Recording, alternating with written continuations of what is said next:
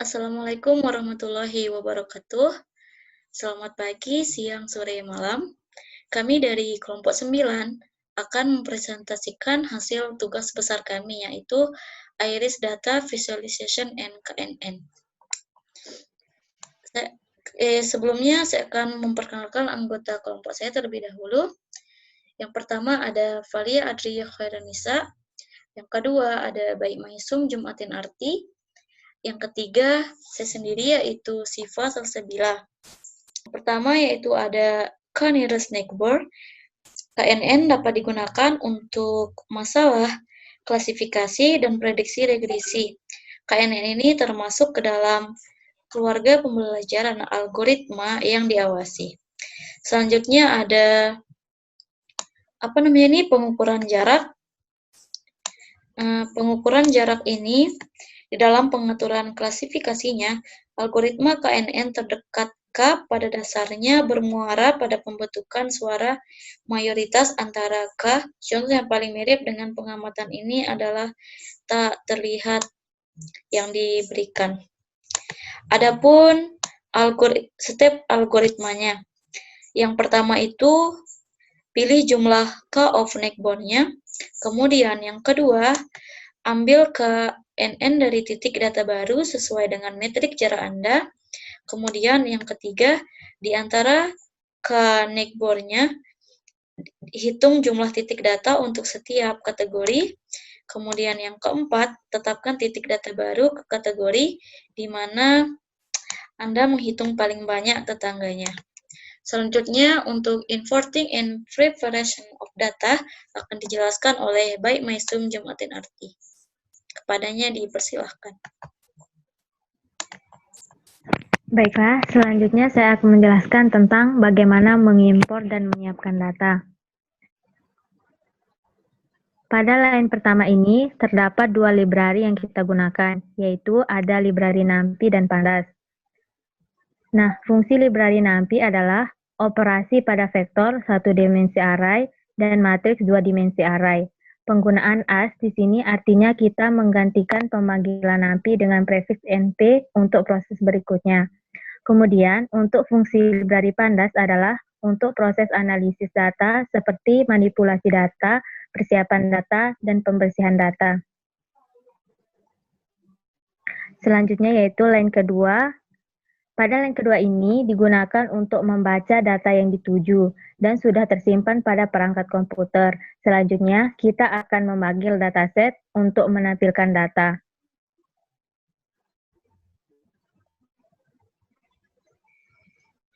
Kemudian, pada line ketiga ini, C berfungsi untuk melihat jumlah baris dan kolom. Dapat kita lihat terdapat 150 baris dan 6 kolom. Kemudian, line keempat, head berfungsi untuk melihat data sebanyak N pada kolom awal. Jika tidak diisi secara random, N sama dengan 6. Kemudian, line kelima, describe menunjukkan rangkuman statistik seperti rata-rata, median, dan lain-lain pada kolom. Kemudian pada line ke-6, pada kode X merupakan sebuah kode pada tabel, kemudian menampilkan kembali datanya.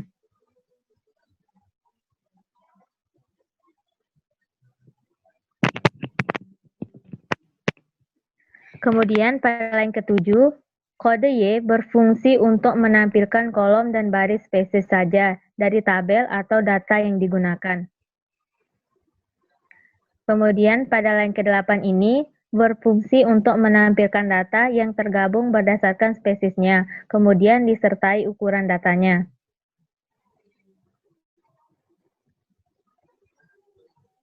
Kemudian pada line ke-9, seperti yang kita lihat di dataset berisi 6 kolom, yaitu ID, spanglet, spang wide, petal length, petal wide, dan species. Fitur sebenarnya dijelaskan di kolom 1-4. Kolom terakhir berisi label sampel. Pertama, kita perlu membagi data menjadi dua array. X untuk fitur, dan Y untuk label.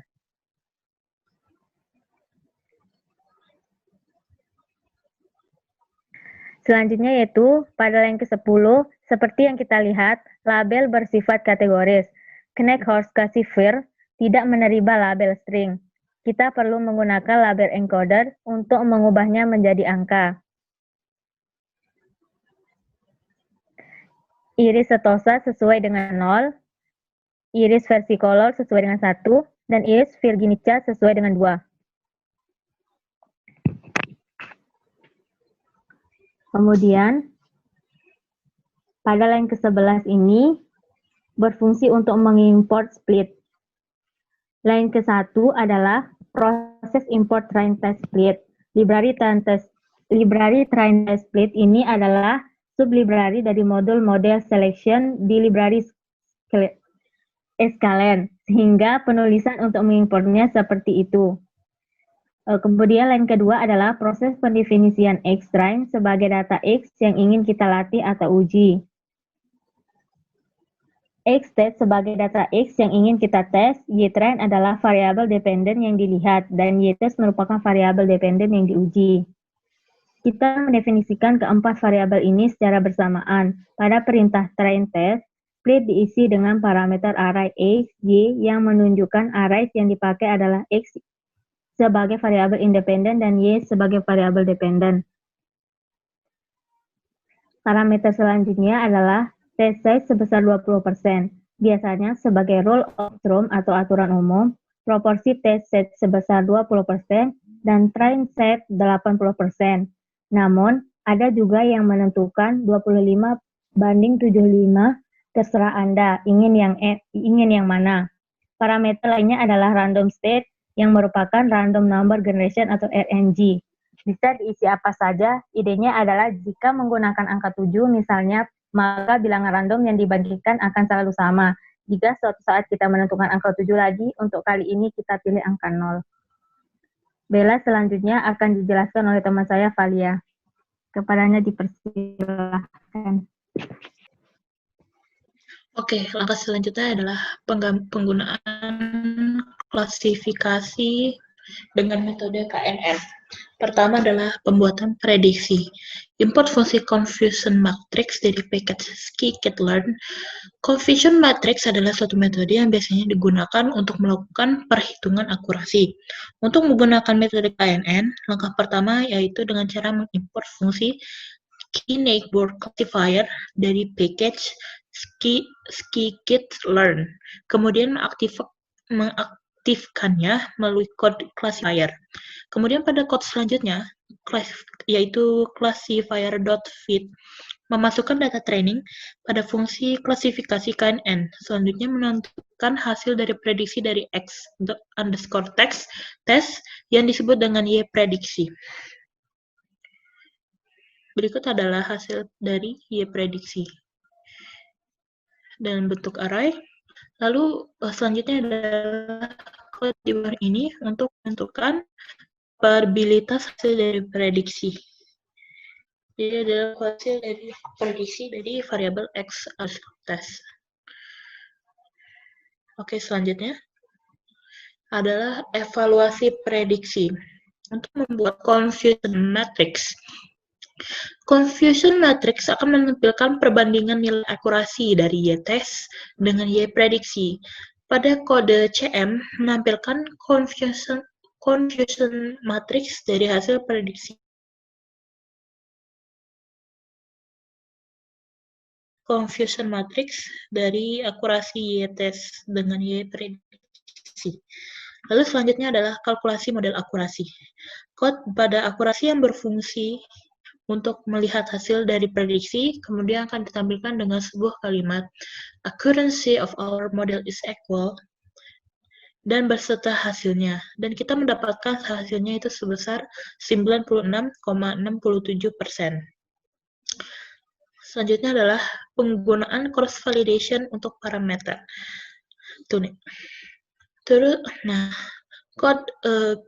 key underscore list berfungsi untuk membuat list baru pada rentang nilai tertentu, di mana akan dimulai dari list 1 sampai 50 dengan interval 2.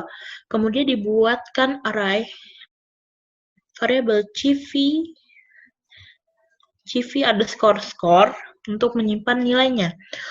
Kemudian kita melakukan perulangan dengan cara mendefinisikan library Key-Neighbor Classifier dan tes skor masing-masing nilai n kita dengan cost underscore val underscore score dengan CV atau kelipatannya data adalah 10 dan scoring berdasarkan akurasi atau ketepatan. Terakhir, agar mudah dibaca, maka kita akan plot data dengan nilai K dan skor K. Selanjutnya adalah mengimport library matplotlib.plot adalah kumpulan fungsi yang membuat beberapa perubahan pada gambar. Misalnya membuat gambar, membuat area plot dalam gambar, menambah label di plot, dan lainnya. Lalu selanjutnya ada library Seaborn, merupakan library visualisasi data Python berdasarkan metode matplotlib. Dengan demikian, dapat menyediakan antarmuka tingkat tinggi untuk menggambar grafik statistik yang menarik dan informatif. Dan pada kode %matplotlib inline hanya menggambar gambar statis di notebook. Kemudian Andrew curve yang akan memplot setiap seri terhadap satu sama lain akan diatur ke grup yang berbeda. Kode MSE berfungsi untuk mengevaluasi hasil dari prediksi. Kemudian akan membuat gambar inci demi inci. Kemudian diberi title atau judul, dan pada bagian X diberi label number of neighbor K dengan ukuran 15. Lalu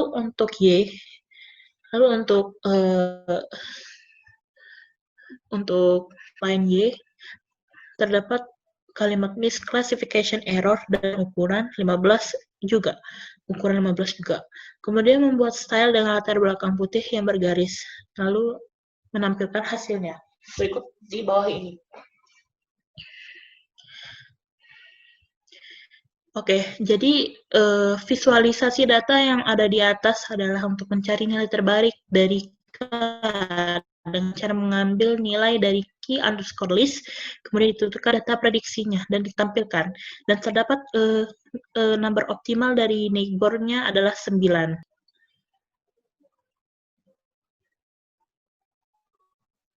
Oke, selanjutnya akan dijelaskan oleh Syifa Salsabila. Kepadanya persilahkan.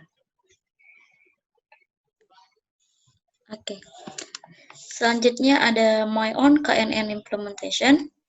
Nah, pada kode di bawah akan diimport 3 library, yaitu ada NumPy, Pandas, dan SciPy. Selanjutnya membuat kelas bernama my K-Neighbor Classifier yang akan diimplementasikan, kemudian membuat function-nya. Function di dalam sebuah kelas disebut sebagai sebuah metode kelas tersebut. Di sini kita buat kelas metode bernama init. Metode dengan nama ini sudah direservasi oleh Python sebagai metode yang dipanggil saat kita membuat sebuah objek. Di setiap metode kelas harus selalu ada self sebagai parameter pertamanya. Kemudian ada variabel self merujuk kepada objek dari kelas tersebut. Di metode ini kita tambah sebuah parameter bernama n_neighbor sama dengan 5. Di metode ini juga kita membuat properti nama dengan sintak self.n_neighbor sama dengan n_neighbor. Selanjutnya ada metode bernama fit, di mana di dalam metode kelas berisi self, kemudian array X dan array Y. Kemudian membuat kondisi untuk mengetahui apakah nomornya lebih besar dari sampelnya. Jika sampel X dengan sampel Y tidak sama, maka akan dimunculkan bahwa jumlah sampel X dan sampel Y harus sama. Selanjutnya, untuk menemukan dan menyimpan semua label kelas, maka dilakukan self.classes underscore sama dengan nv.unique. Ini merupakan Y adalah nilai unik untuk unique value-nya. Selanjutnya ada metode yang bernama predict, di mana di dalamnya ada parameter self dan X-test. Kemudian code and underscore prediction di sini yang digunakan untuk menentukan jumlah prediksi yang dibuat dan jumlah fitur dalam sampel tunggal. Dan code di bawahnya merupakan alokasi ruang untuk berbagai prediksi. Kemudian akan dilakukan perulangan untuk semua pengamatan dan melakukan perhitungan prediksi tunggalnya. Selanjutnya, ada metode bernama single prediction. Di dalam metode kelas berisi X, Y, dan X', serta K, di mana di dalamnya dilakukan N-sampel ini untuk jumlah sampel di dalam set pengetesan atau pengujiannya. Kemudian membuat array untuk susunan jarak dan target, dan melakukan perulangan untuk mengetahui perhitungan jarak dengan cara distance di sini. Selanjutnya pada distance sama dengan SP ini, melakukan kombinasi array sebagai kolomnya, kemudian mengurutkan array berdasarkan kolom pertama dan memilih label yang ditentukan dengan K jarak terkecil, sehingga didapatkan kembali unique value-nya. Dapat dilihat pada My Classifier ini digunakan untuk memberi nilai pada model pembelajaran pada K-nya yaitu 3, kemudian memberi atau menggunakan model yang pas untuk data X dan data Y, dan melakukan prediksi hasil tes, kemudian menampilkan hasil dari prediksinya. Ini merupakan hasil dari prediksinya. Jadi, pas kita define KNN-nya yang di sini, kita sebenarnya memanggil kelas Connectboard Classifier-nya, tapi dengan nama KNN. Ini namanya instance dan instance, kemudian masukkan data training pada fungsi klasifikasinya. Selanjutnya, untuk mengimport PK Confusion Matrix ini untuk melihat keakuratan prediksi dengan data aktual, dan untuk melihat ketetapan prediksi dapat menggunakan beberapa nilai berikut seperti precision, recall, dan lain-lain. Nilainya tersebut dapat diperoleh menggunakan sintaks yang ada pada print tersebut, sehingga dapat didapatkan hasil ada precision-nya, recall, F1 score-nya, dan support-nya.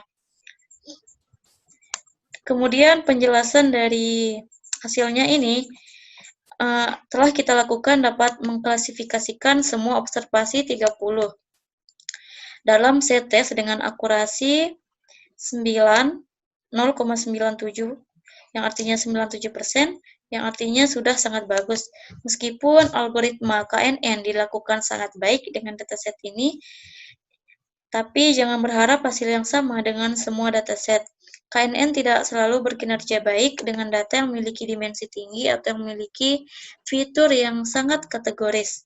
Kemudian, pada kode di bawah ini dilakukan sebuah pencarian akurasi pada model equal-nya untuk mengetahui seberapa baik kerjanya atau hasil akurasi yang didapatkan. Sehingga di sini kita mendapatkan equal akurasi sebanyak 96.67%. Selanjutnya pada code confusion ini digunakan untuk menghitung confusion matrix-nya pada model dan mengembalikan hasilnya dalam bentuk array. Kemudian pada df confusion ini merupakan fungsi terakhir dalam artikel ini. Ini termasuk ke dalam tab silang atau PD cross tab. Fungsi ini secara default akan memberikan jumlah atau frekuensi kemunculan antara nilai-nilai dari baris dan kolom yang berbeda, yaitu predicated adalah nama kolomnya dan aktual adalah nama barisnya. Sehingga akan dihasilkan hasil seperti yang terlihat pada tabel di bawah ini. Sekian presentasi dari kami. Mohon maaf jika ada pengucapan kata yang salah. Sekian, wassalamualaikum warahmatullahi wabarakatuh.